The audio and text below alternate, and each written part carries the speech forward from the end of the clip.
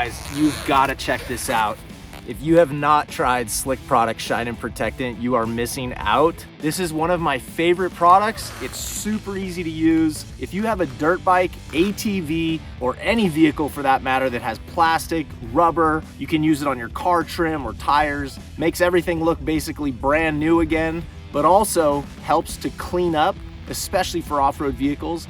It makes your cleanup much easier.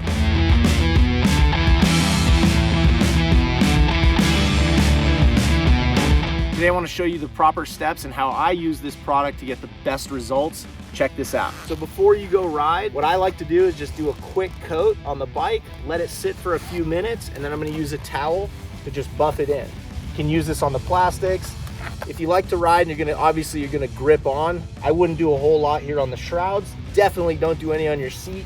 Don't do any on your tire treads or your brakes. But mainly for the plastics, you're just going to do a light mist. It doesn't have to be a lot. The best place to do it is underneath your fenders, where a lot of that dirt is going to build up and cake up. Put it under here, it keeps the dirt from sticking, and a lot of that's going to fall off.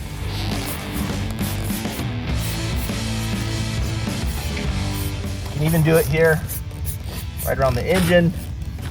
Okay, so there you go. Let it sit for a few minutes. I'm going to grab a microfiber towel. We're going to come back. You want to just sort of wipe it down and buff it in.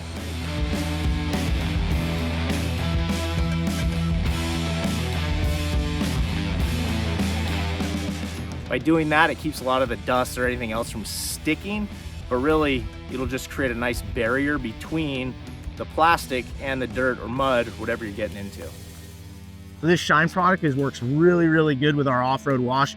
Great, great product. I highly recommend get yours today.